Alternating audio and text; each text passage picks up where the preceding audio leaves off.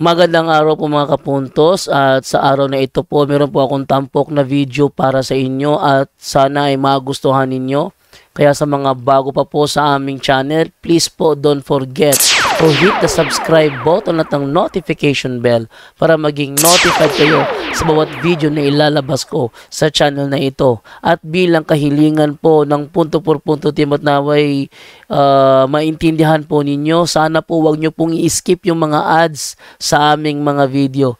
Sa maliit na bagay na po na yan, malaking tulong po yan sa ating programa at sa ating ministry. Sana po maunawaan po ninyo. Maraming salamat po, kaya wag na po natin patagalin. Simulan na po natin.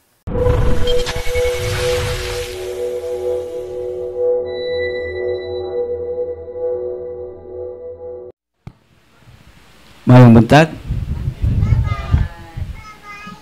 Nabay tabok sa dagat na ni. Tagasa man. Davao. Ang uban. Davao ra? Surigao del Sur. Murag paingon mo dito. San Francisco. Dili. Butuan.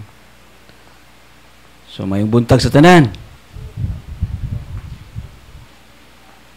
Gamay ra makaron. Kay luwag man kayo, magian magkabaw. Pero mas maayo og gamay. Kay kining kanang masabtan gyud ang among gipangyaw-yaw ani, kay kung daghan man ang uban kay oras gawas niya dili kay sila fully on tension. So daghan salamat sa inyong pag-ani nga pagsalig sa ministry nga iya ni Kristo. Pagsakan ninyo dinis taas, di ba namoy gipirmahan? Namoy gipirmahan? Ang uban nga wala mo tingog, wala mo pirma? Aw na, yan. Mo ninyong gipirmahan.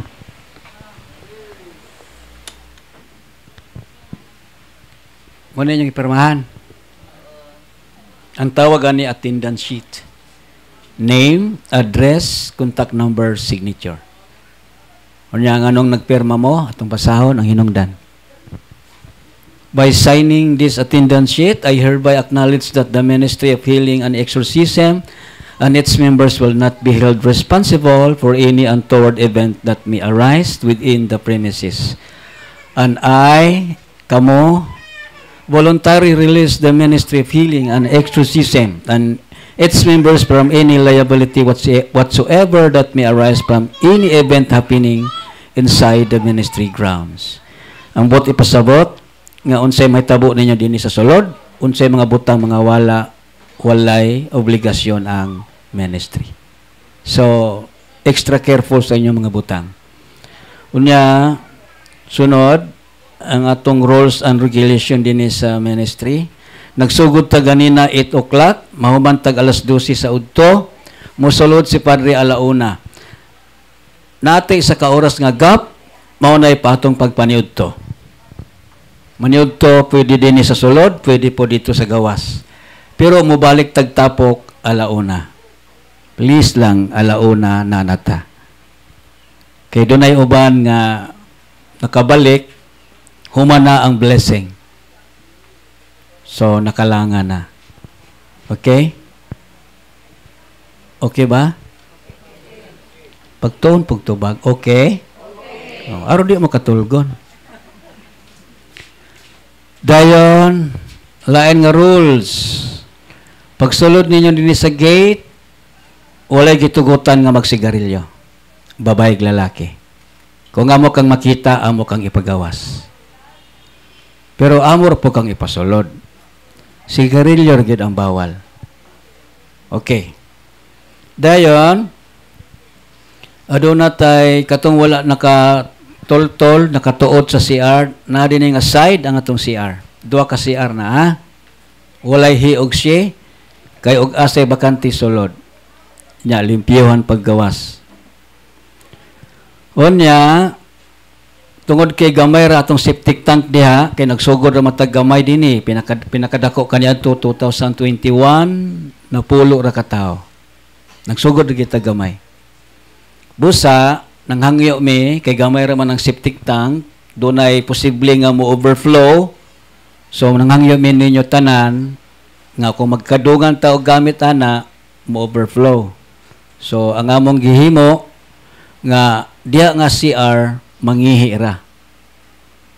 Og naay kalibangon dito sa sulod. Okay? Okay ba?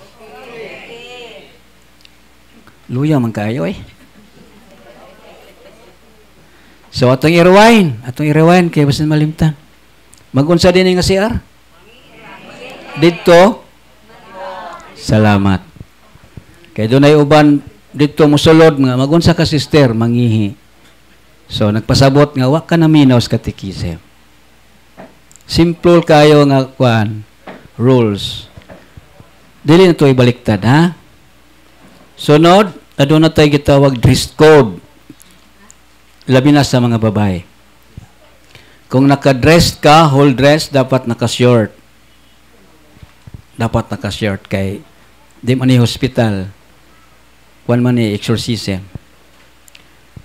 Unya, sa atong pagpaniud tuon niya, gani sa atong pagsulod din sa office, dapat unta hantud ta mahuman 5 o'clock. Mangangyo mi nga wala untay basura nga mabilin. Ha? Kay pagsulod niyo din wa may basura. Paggawas ninyo na basura, nya kitsa may mapasanginlan. So ang misulod. Okay, salamat. Dayon, kung dunay gusto ninyo nga magpamisa pasalamat, pamisa sa mga kalag, pamisa alang sa kaayuhan sa sakit, natay sobre sa tindahan, unya is hulog din sa mass intention. I-appeal na sa misa kada Domingo din sa ministry. Every Sunday, doon na tayo misa. I-appeal ng inyong mga intention sa pagbasa. Unya dugang, kung diha ka ninyo karon, dunay gusto gyud nga mo donate. Dili ni pugsanay ha. Mo donate. Duha ka klase ang donation. Gahapon or the other day, nag-donate siya pero wala niya gi-specific. So meaning, kung walay specific, directly ibutang sa ministry. So duha ang specific nga donation. Kung mo-donate ka, ingunani ang pagsulat nimo sa luyo sa sobre. Donation for the ministry. Kana nga donation nga imong gi-donate para sa ministry. Nag-abang ta dinhi sa balay, tubig, kuryente, nya natay mga staff. Okay. Unya ikaduha nga donation for the building. Doon ay nag-donate kang Padre Darwin o usa ka hektar dito sa Balilihan, Dorol. Ongoing construction na. Maybe last year or next year, pwede na tang mubalin. Permanent address or office sa exorcism. So kung gusto ka mo donate, donation for the building. Nya dito, usa ka hektarya, dako na to. Ang atong chapel dito, mo accommodate og mga 2,000 ka tao. Nasa tayo mga dormitory para sa mga tao nga lagyo nga lugar dili dayon nakakita og kapuy-an, walay parente dinhi sa Bohol, pwede mo stay sa dormitoryo 1 night or 2 nights. So makasave ta no. Kay luoy maluoy mas padre layo pa. Pagabot dinhi kay na may gitawag og series. I-series. Dili tanan. I-series sato pa i-deliverance karon, i-deliverance ugma, i-deliverance Sabado, hantod kano sa siya gustong mauli. Oh. Kaya di man ingon nga usara ka hikap, usara ka hiling. What if naamo sa attack sa demonyo nga na-possess, oppression o obsession. Ang infested, usahay atong gidala-dala, panalitan, ang inyong mga kwintas, mga pulseras, o mga lucky charm, basic infested na, dili kayo na siya grabe. I-surrender naman na siya. Mo ito yung topic kanina. Pero ma-possess, ma-oppress, o ma-obsess, mo na kuyaw. Mo na i-series. Okay? Muna, please lang, dili lang tayo magdali. sakripisyo nga to din eh. Dili man ni magic. Pero kung ayon ka sa Ginoo, diha dayon, atong pasalamatan ng Diyos. Kay last week, gani kung monitor mo sa FB account ni Padre, doon na siya interview. Ako siya nganlan, pero di ako i-mention ang iyang apelido. Ang iyang ngalan, Princess Nicole. Babae, upaw. Kung maupaw, unsa gali na nga buhaton na? Chemo. Okay. Unya, mugamit siyang oxygen, 2 ka tangki. Per oxygen, 1,000. So, 2,000 a day. Di siya kalakaw. Dito siya sa ubos, giduulan ni Padre. Gihealing and deliverance. After sa healing and deliverance, uban sa iyang pagtuo, o sa iyang ginikanan, gitangtang ang oxygen, naglakaw siya paingon din sa taas. Ingon na. Pero dili tanan lagi ayohon. Ha? Dili tanan ayohon, diha dayon. So muna, nga paabot ta sa kaluoy ug ugma sa Dios. Dayon, why gitugutan nga mag-video during healing and deliverance? Unya, kung na mo'y personal nga tuyo ni Padre, personal nga tuyo, agi sa mo case officer. Kasi Padre, usara siya o niya, dili niya ma-entertain ang tanan. So kaming mga case officer, kami mo repair ninyo kang Padre. Dini sa amo, kung makita na mo nga under control ka sa yawa or giatake ka sa yawa, amo kang i-repair ni Padre. Kung dili ka na mo i-repair ni Padre, nagpasabot, wala ka gi-control sa yawa. Pasalamat ka. Ang uban manggod kay gusto gyud. Kung katong gusto gyud nga mo pa-dool ni Padre, wait lang mo time, taman alas 4. Kaya mo gawas man sa Padre. Mo gawas. Nya i-anoint kitang tanan. Kung na din karon ninyo nagdala og wheelchair, bedridden, galisod og lihok, dito ra na itapok sa luyo ana. Si Padre mo dool. Kay galisod paglakaw, ipadool pa din na masamot. Okay? So dili lang kayo ta magpanatiko. Okay na to? Nasabta na? Salamat. So, dinita sa atong topic. Kani, pabalik-balik naman niya among istorya. Ang among istorya kagahapon, mapay among istorya karon. Kaya na may mga first-timer. Wala may midugang, wala sa namong gikwaan. Mura gyapon ang among istorya.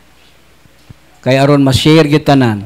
Unya, nanghangyo si Padre nga ang inyong madungog din ug makita inyo pong i-share sa inyong pamilya.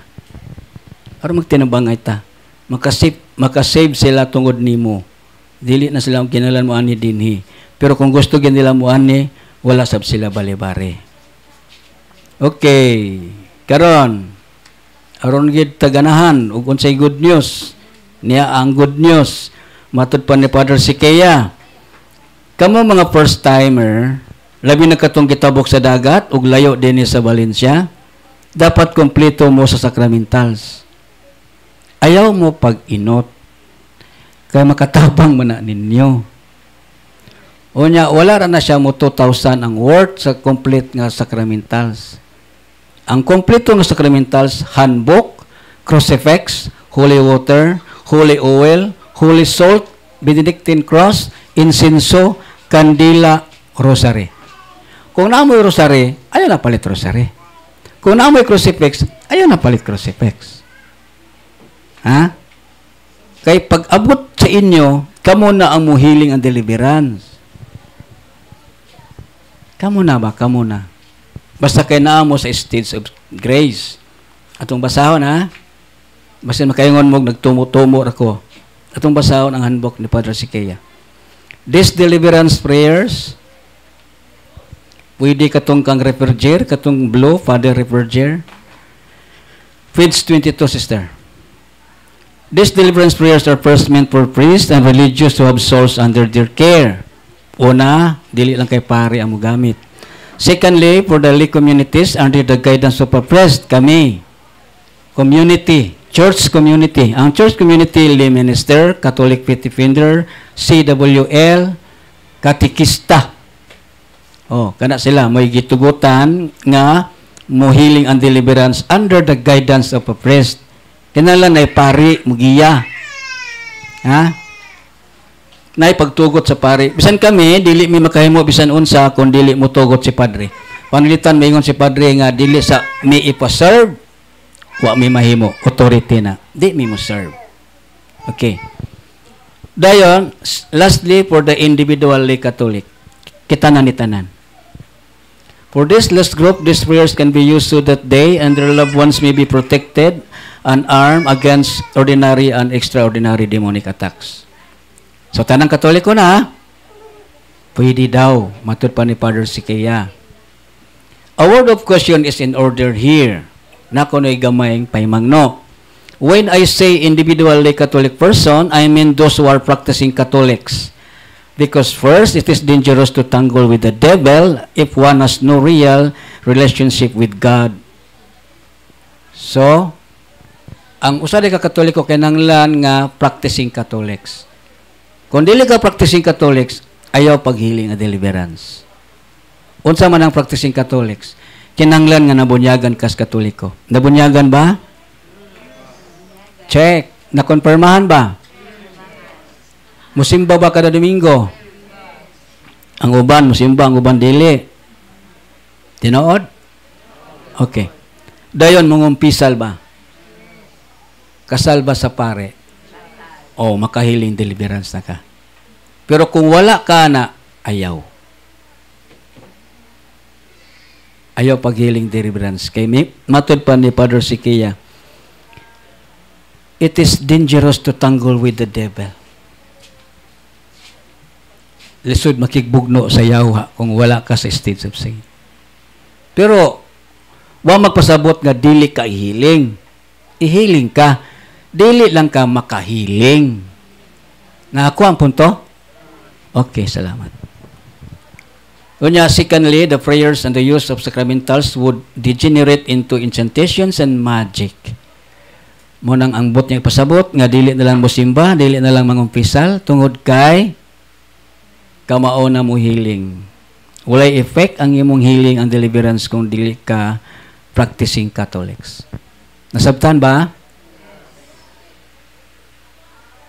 Nasabtan? Luya. Luya ba kayo ninyo? Uy, saman mo, uy. Ha? Ano man yung ipangbati di ay nga nakaluya man mo? Ayaw mo pa control sa inyong gibati. Kay ang trabaho gid sa yawa, hadlo kunta, patyon ta. Muna yan trabaho. Muna yan trabaho yun. Atong ibuta sa itong una-una, hadlo kunta, tintalon, patyon. Muna yung trabaho. Musa, sa atong healing and deliverance exorcism, exorcism means to cast out demons through prayers. Abugon ang yawa, pinagis pagampo. Dili abugon ang yawa, pinagis sa imong kaibalo, grado, kasikat, o ang imong kahimtang sa imong pagkatao. No. Abugon ang yawa, pinagis pagampo. Okay. Sunod. Tungod kay healing and exorcism ani, doon na siya proseso. Ang usa ka proseso ani, mao ang paglimpyo sa atong interiority. Sa atong pagkatao yun. Ug ang usang limpyohan na ang atong spiritual life. Kumusta ang imong spiritual life? Nagsimba ka ba? Nangumpisal ka ba? Mituo ka ba sa simbahan nga gitukod ni Kristo? Oh, kana. Muna'y kumusta? Dayon, nanay pare? Okay.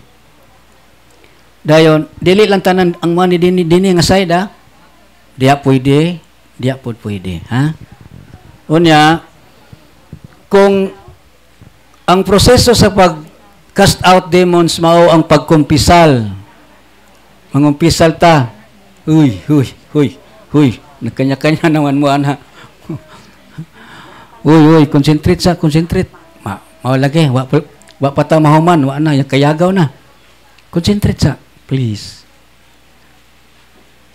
Kaya aron mo may balo lagi.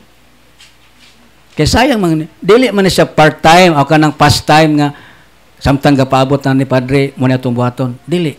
Part ni sa proseso. Ang gayon ni Padre, no healing, no catechism, no healing deliverance.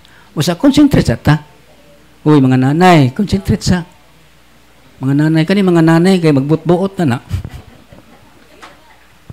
Munang dugay kaya ang nanay ayuhon. Kaya naman, nabut-buot. Ha? So, we have to follow the rules. Atong sundon ang giya. Okay. Tungod kay ang atong proseso usaman ang pagkumpisal. So, kinalan ta magkumpisal. Ang pagkumpisal ang ayo na ang atong spiritual life. Kung dini kaninyo karon di mo mutuog kumpisal, ay na magtaas kamot. Ay na magtaas kamot nga wa ka mutuo. Or gaduha ka. Sultihan ta ka, dili ka Katoliko. Lagi. Kaya ang Katoliko nga tinuod mo kumpisal. Kung gaduha-duha ka, di ka mo tuo, dili ka Katoliko. Unsa pa may buhaton aron limpyuhan ang imong kalag. Nga mo man giingon sa Ginoo. Mingon ang Ginoo, Sirach 38:10. Kung dili ka maghinulsol sa imong sala, pinagi sa kumpisal.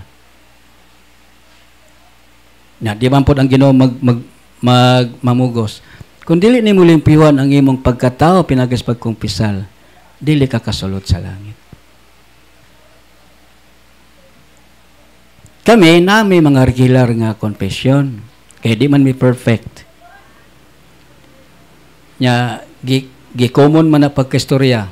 Nakasala ta sa una-una, sa pulong, sa buhat, o sa wala pagbuhat nga ang buhaton.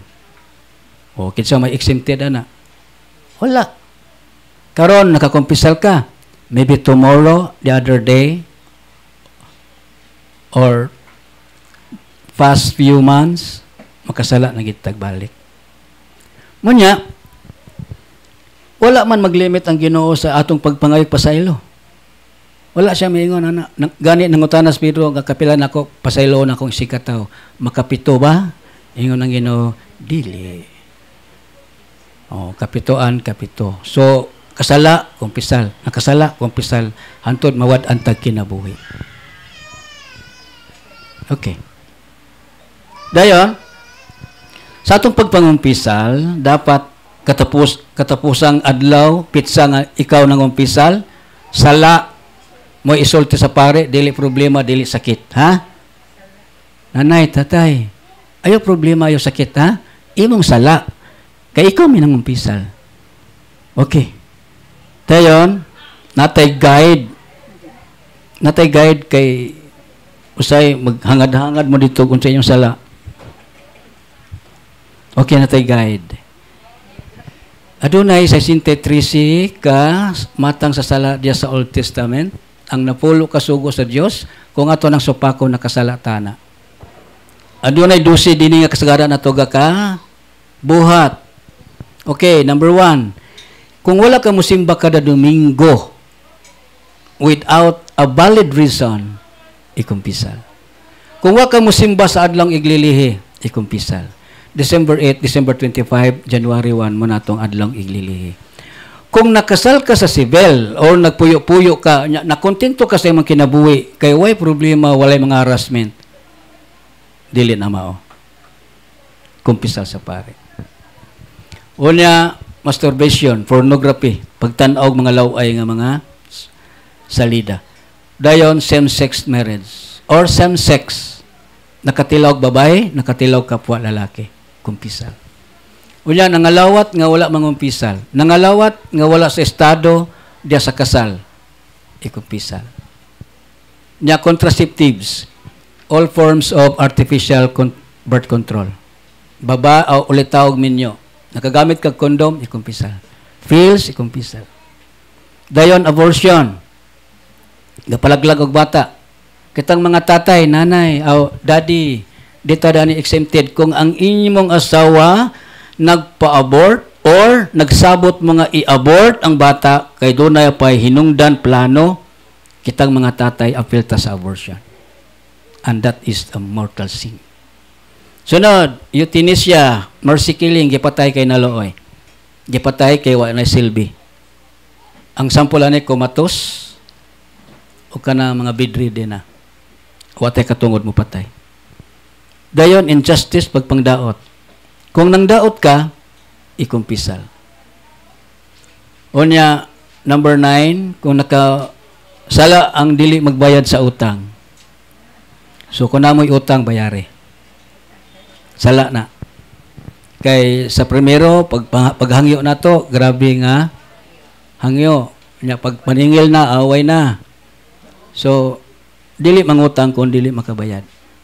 Dayon pangawat, pagdumot, garbo, kasina, katapulan, o pagpamakak. O ang sala sa una-una sa pulong sa buhat, o sa wala pagbuhat sa angayng buhaton. Unsa man ang sala nga gibuhat, o wala buhat ang angayng buhaton? Ang pagtabang sa sikataw, o ang pagsimba, o ang pagkalawat sa simbahan, sa lawas ni Kristo. Mayo na nga buhaton, wala nato gibuhat, nakasala ta na. Susunod, dinadadayon ta sa inyong gianian. Kining gitawag og anointing of the sick. Anointing of the sick na nasa sa Biblia. Sulat ni Apostol Santiago, chapter 5, verse 14. Kung naay magmasakiton diya kaninyo, tawag ka magpari sa iglesia, sa simbahan, pinagi siyang pag-ampo o pagpahid sa lana, maayo ang inyong sakit. At the same time, sa samang higayon, mapasaylo ang inyong sala.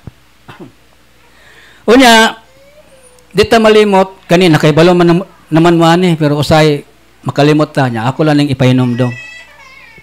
Na ay realidad natong mga tao. Kitang tanan mga matay. Kitang tanan, apil ko, anak. Muna itong realidad. Kita man masupak. Unya, ang Ginoo miingon nga we have 120 years to live.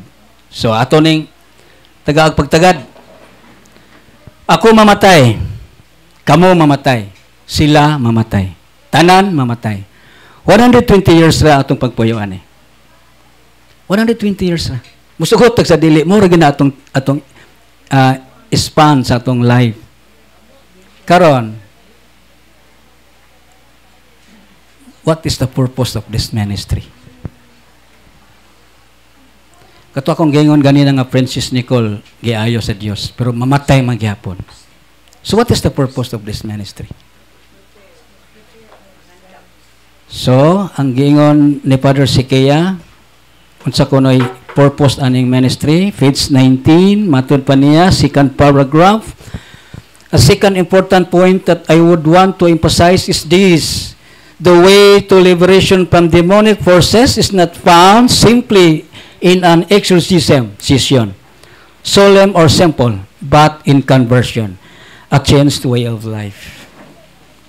So, ang bot ipasabot, muadto mo albularyo, pag-abot sa albularyo, dayon mo. Walay conversion. Pero dili pwede nga ang sakit ayohon, nya nagpabilin kasi imong pagkatao. Insulto na sa Dios. Okay?